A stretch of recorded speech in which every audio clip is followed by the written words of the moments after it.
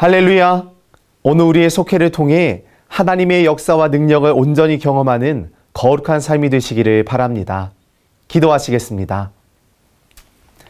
사랑이 많으신 하나님, 주의 거룩하신 은혜와 사랑과 은총으로 저희들의 모든 삶을 인도하시고 함께하여 주심을 감사합니다.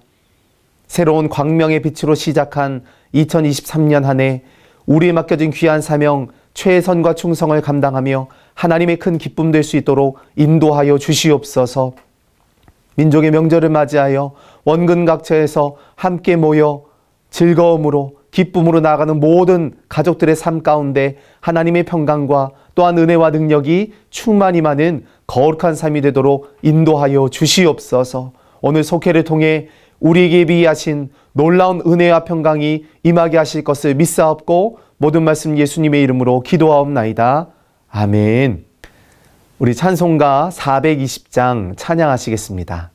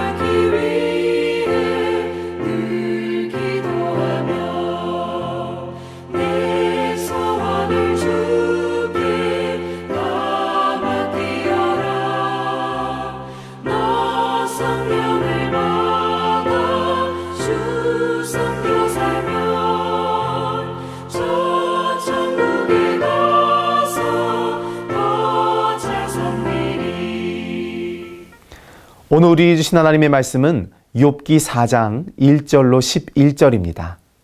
구약성경 764면에 있습니다. 다 찾으셨으면 한 목소리로 읽도록 하겠습니다. 대만 사람 엘리바스가 대답하여 이르되 누가 내게 말하면 내가 실증을 내겠느냐? 누가 참고 말하지 아니하겠느냐? 보라, 전에 내가 여러 사람을 훈계하였고 손이 늘어진 자를 강하게 하였고 넘어지는 자를 말로 붙들어 주었고 무릎이 약한 자를 강하게 하였거늘 이제 이 일이 내게 이름에 내가 힘들어하고 이 일이 내게 닥침에 내가 놀라는구나. 내 경외함이 내 자랑이 아니냐? 내 소망이 내 온전한 길이 아니냐? 생각하여 보라. 죄 없이 망한 자가 누구인가? 정직한 자의 끊어짐이 어디 있는가?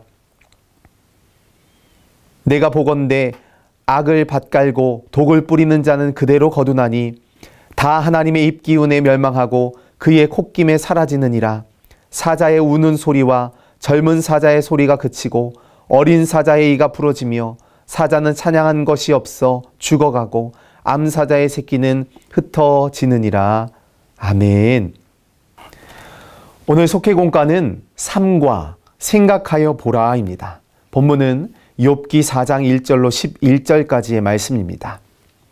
욥기는 우리가 살펴보는 것처럼 그리스도인들에게는 매우 심오한 책입니다. 욥기의 가장 핵심적인 주제는 바로 고난이죠.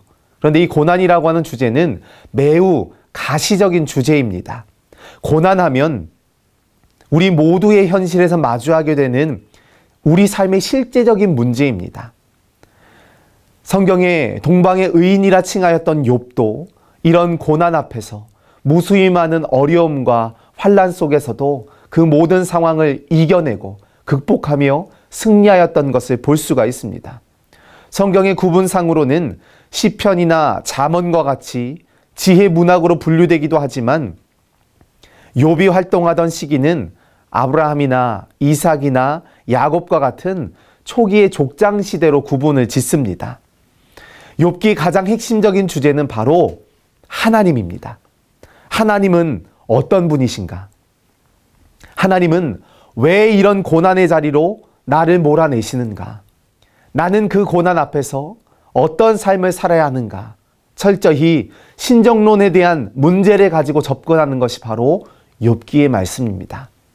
우리의 실생활에 찾아오는 수없이 많은 고난과 어려움 속에서 우리가 하나님을 어떻게 이해하고 또 받아들이고 또 믿음으로 나아갈 것인가? 여기에 대한 문제를 다루고 있는 거죠.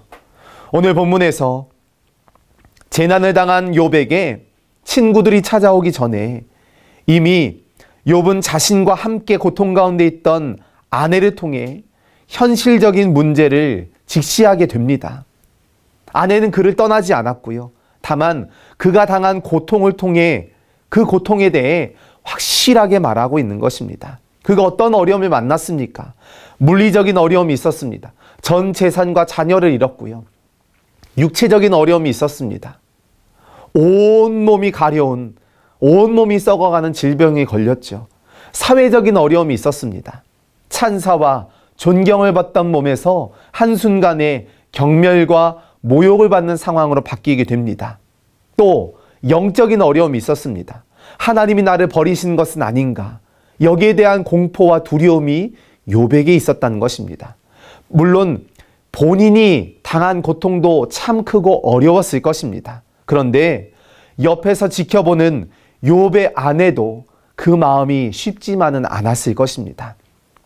남편이 악창으로 고생하는 모습을 보면서 남편의 어려움 때문에 자신이 가정의 경제를 짊어지고 그렇게 꾸려가야 했던 수많은 사람들의 조롱과 손가락질을 받아야 했던 욥의 아내의 마음이 어떠하였을까 하는 것입니다. 그래서 욥의 아내는요, 2장 9절에 우리가 살펴보았던 것처럼 차라리 하나님을 욕하고 죽으라. 정말로 죽고 싶었던 자신의 마음이 아니었겠습니까?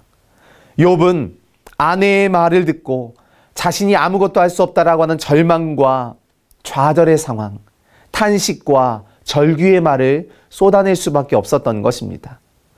이제 욥의 새 친구들이 찾아와서 욥을 마주하게 되는데요.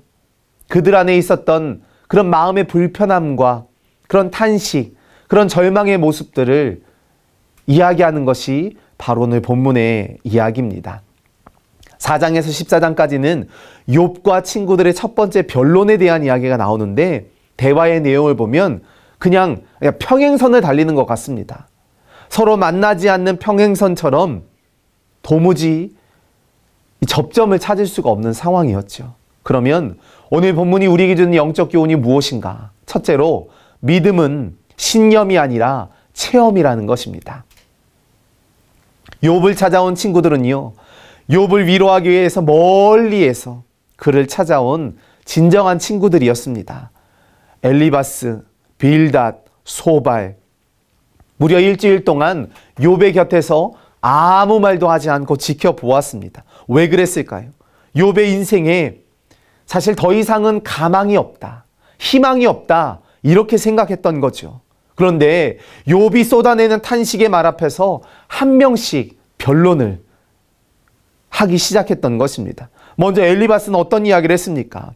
고난당하는 이유를 알고 싶어하는 욥에게 그것은 죄 때문이다, 하나님의 심판이다, 회개하고 돌아오면 회복시켜 주실 수 있다 라고 이야기하죠. 욥은 엘리바스의 말을 받아들일 수가 없습니다. 빌닷은 어땠습니까? 고난은 하나님의 심판이라는 것입니다. 욥의 자녀들이 죽은 건 역시도 그들의 죄, 그 증거라고 이야기하죠. 하나님은 정의로우신 분이기 때문에 죄가 없는 자에게는 고통을 주지 않는다라고 말씀하였습니다. 소발은 또 어땠습니까? 욥의 주장은 자기 자랑이라고 이야기했습니다. 욥은 안타까운 마음이 이야기하죠.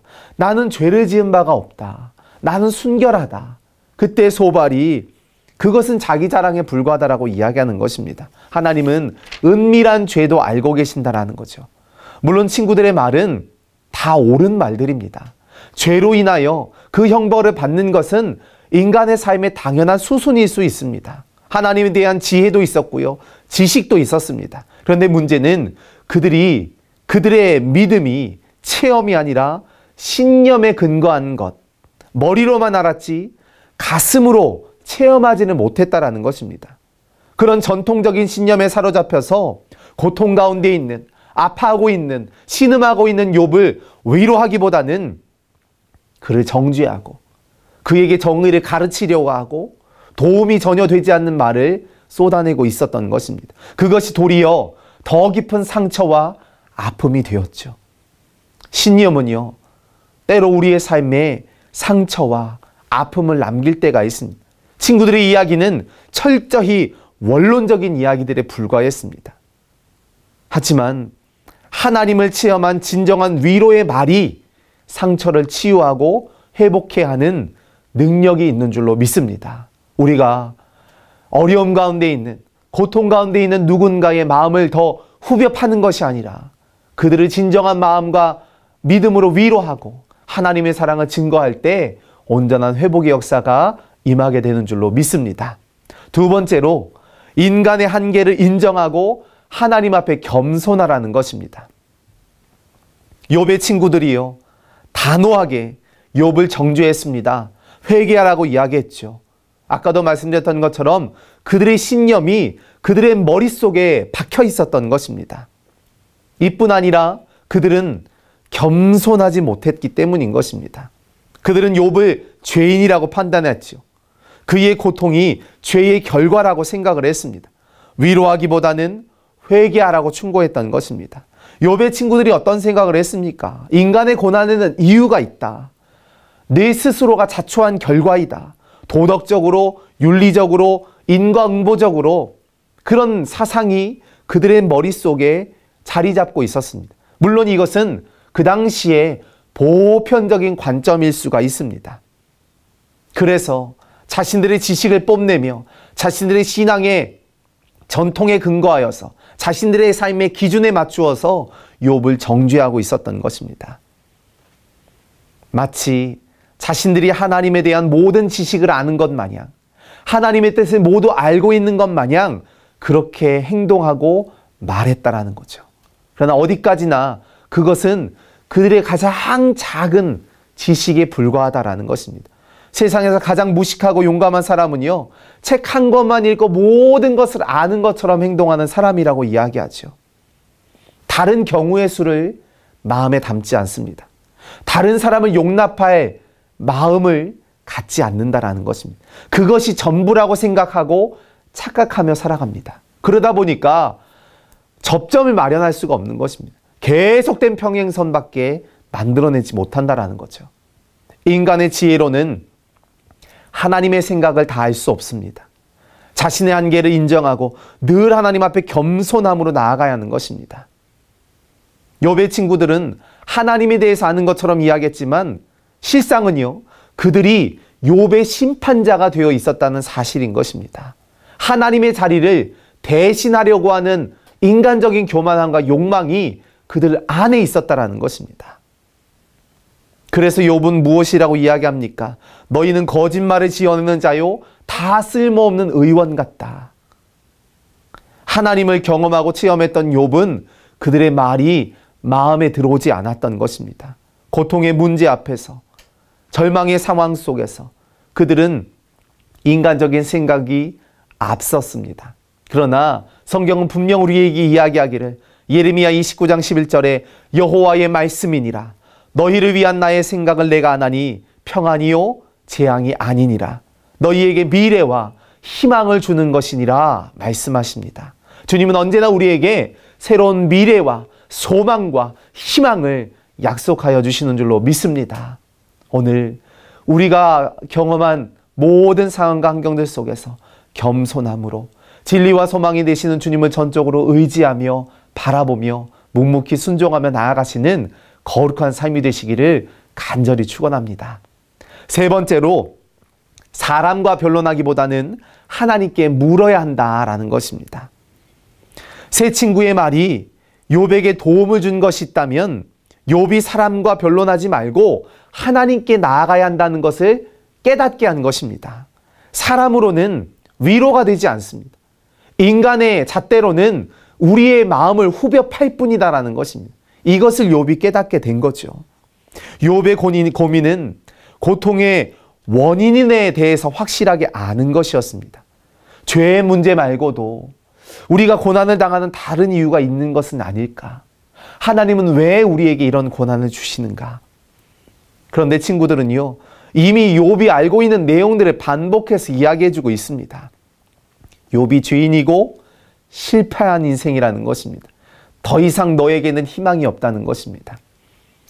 하지만 욥은 세 친구가 알고 있는 지식 이상의 것들을 체험하였습니다. 그래서 더 알려고 하는 마음이 있었던 거죠. 의인도 고통당할 수 있을까? 내가 고통당하는 진짜 이유가 무엇일까? 죽음 이후에 내가 무엇이 있을까? 이 물음에 대해 답을 줄 수 있는 사람이 없다는 것을 확실하게 깨닫게 됩니다. 물론 욥도 속이 상했습니다. 너무 마음이 아팠죠. 그래서 원망하는 말, 좌절의 말들을 다 쏟아냈습니다. 그때 하나님이 무엇이라고 말씀하십니까? 38장의 말씀을 보면 하나님이 직접 욥에게 말씀을 주시지요. 내가 땅에 기초를 놓을 때에 너는 어디에 있었느냐? 네가 바다의 샘에 들어간 적이 있었느냐? 깊은 물 밑으로 걸어가 본 적이 있느냐? 땅의 너비를 내가 측량할 수 있겠느냐? 내가 눈 곳간에 들어간 적이 있느냐? 우박 창고를 본 적이 있느냐? 우리는 그 어느 것에도 대답할 수가 없습니다. 도무지 창조주 하나님이 아니시면 알 수 없는 상황들을 욥에게 묻고 계십니다. 인간은 창조주 하나님의 뜻을 알 수 없는 존재라는 것입니다. 하나님의 섭리의 과정으로 이해하지 않으면, 하나님의 주권적인 역사로 바라보지 않으면 도무지 이해할 수 없는 상황들을 의미하는 것입니다. 욥은 고난의 자리에서, 절망의 상황 속에서 그것을 어떻게 자신이 이해할 수 있는 범주 안으로 인과응보의 상황, 그리고 자신의 죄와 실패의 모습들 자신이 이해하고 해석하려고 했지만 하나님께서는 인간의 이해를 넘어, 인간의 해석을 넘어 하나님의 주권적인 섭리가 있음을, 하나님의 창조의 역사가 있음을 분명하게 말씀하고 있는 것입니다. 그러기에 우리는 절망 앞에서 그 하나님의 섭리를 믿고 신뢰하며 겸손히 기도해야 하는 것입니다. 오늘 우리의 삶 속에서도 이런 겸손과 정직의 마음을 가지고 하나님의 뜻을 생각하여 보고 하나님의 말씀을 되짚어보는 우리의 삶이 되어야 할 줄로 믿습니다. 오늘 이 믿음과 신앙으로 하나님의 은혜와 사랑과 소망 가운데 온전히 쓰임받으시는, 인생에게 찾아오는 수없이 많은 고난과 절망의 상황 속에서도 주님만을 의지함으로 그 고난을 넉넉히 헤쳐나갈 힘을 주시는 주님만 바라보며 승리하는 거룩한 삶이 되시기를 바랍니다. 기도하시겠습니다. 우리의 마음을 아시는 주님, 주님께 이 시간 회개하며 나아갑니다. 주님께서 우리와 함께 하시며 많은 것을 알려주시지만 너무나도 부족한 저이기에 주님의 음성을 듣지 못할 때도 많습니다. 주님과 더욱 가까이 하길 원합니다. 주님의 음성을 듣고 우리의 삶을 바로잡아갈 수 있는 지혜를 허락하여 주시옵소서. 예수님의 이름으로 기도하옵나이다. 아멘. 이 시간에는 찬송가 540장 찬양하시면서 준비한 예물 봉헌하시겠습니다. 。 .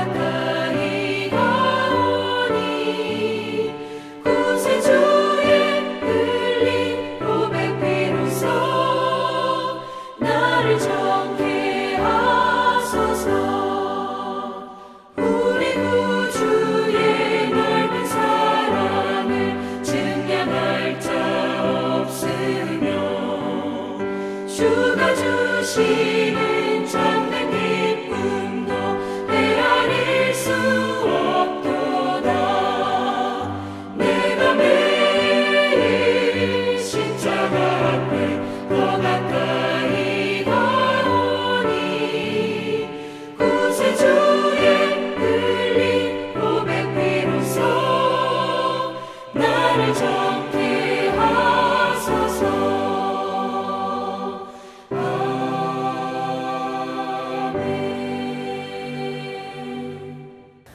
이제 드려진 예물을 위해서 기도하고 주기도문으로 예배를 마치겠습니다. 사랑이 많으신 하나님, 우리의 인생에 만나는 수없이 많은 고난과 환난 속에서도 그것을 인간의 범주 안에서 이해하고 해석하려고 하는 교만함을 내려놓게 하시고 오직 하나님의 말씀과 능력 가운데 거하여 주의 진리 안에 또한 주님 안에 참된 겸손과 소망을 갖는 우리의 삶이 되도록 인도하여 주시옵소서.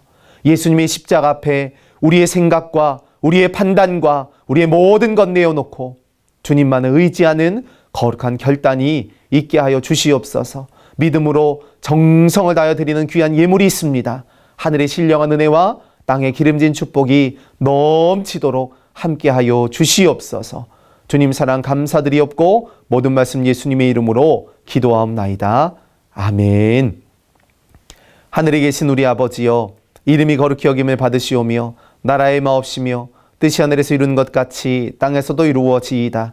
오늘날 우리에게 일용할 양식을 주옵시고 우리가 우리에게 죄 지은 자를 사하여 준 것 같이 우리의 죄를 사하여 주옵시고 우리를 시험에 들게 하지 마옵시고 다만 악에서 구하옵소서.